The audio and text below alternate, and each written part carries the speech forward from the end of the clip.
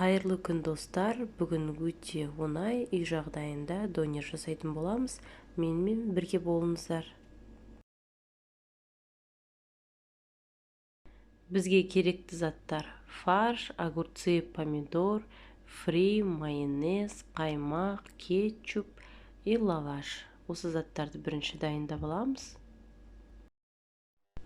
Ең бірінші фриімізді дайындап алатын боламыз. Видеода көріп тұрғандарыңыздай турап аламыз.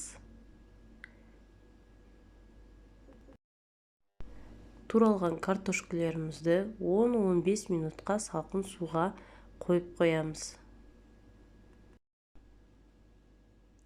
Салқын суда тұрғаннан кейін сүлгімізге фриімізді шығарып кептіретін боламыз 15-20 минут. Содан кейін қызып тұрған майда пісіре беруімізге болады. Пісіріп болған соң татымына қарай тұзын қосып араластырамыз. Келесі кезекте фаршымызды дайындаймыз. Фаршымызды қызып тұрған тавада жақсылап піскенше етімізді қуырып алатын боламыз. Содан кейін огурцы помидорымызды турап аламыз. Міне барлық затымыз дайын. Енді жасауға кірісеміз. Ең бірінші соус дайындап алуымыз қажет.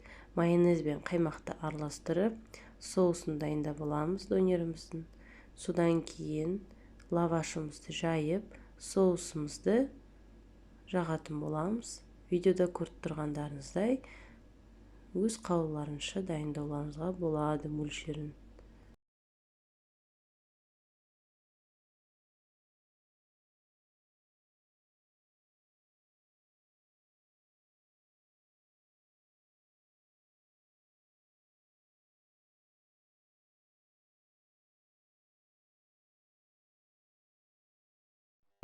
Дайын болған донерімізді екі жағын қызып тұрған тавада қыздырып алатын боламыз.